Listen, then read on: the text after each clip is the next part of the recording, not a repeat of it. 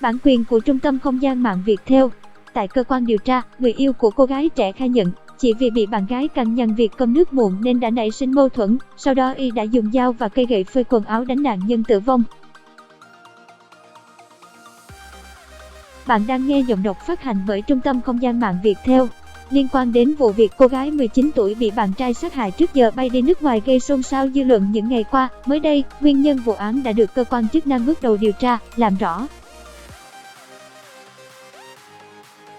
Cô gái trẻ bị bạn trai sát hại trước khi lên đường sang nước ngoài làm việc tại cơ quan điều tra. Đối tượng Đào Duy Cường, sinh năm 1994, trú tại tỉnh Lào Cai.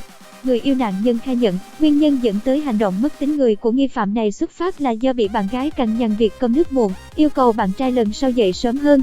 Dịch vụ tổng hợp tiếng nói được cung cấp bởi Trung tâm Không gian mạng Viettel. Bạn đang nghe tiếng nói nhân tạo từ Trung tâm Không gian mạng Viettel. Tuy nhiên, vì bức xúc với lời CAMRAM này mà hai bên đã xảy ra mâu thuẫn, lời qua tiếng lại khiến Đào Duy Cường bực tức.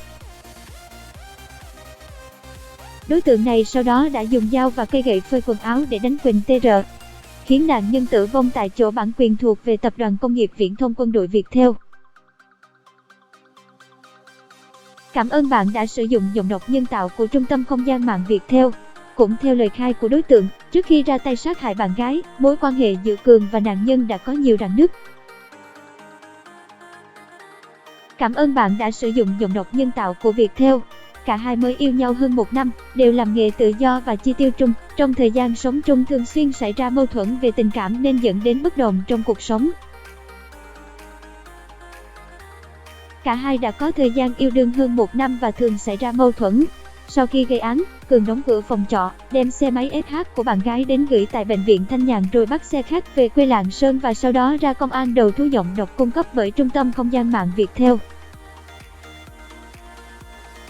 Theo Công an quận Hoàng Mai, trước khi xảy ra án mạng, nạn nhân và mẹ lên Hà Nội thuê 2 phòng trong cùng khu trọ. Giọng đọc được phát hành bởi Trung tâm Không gian mạng Viettel.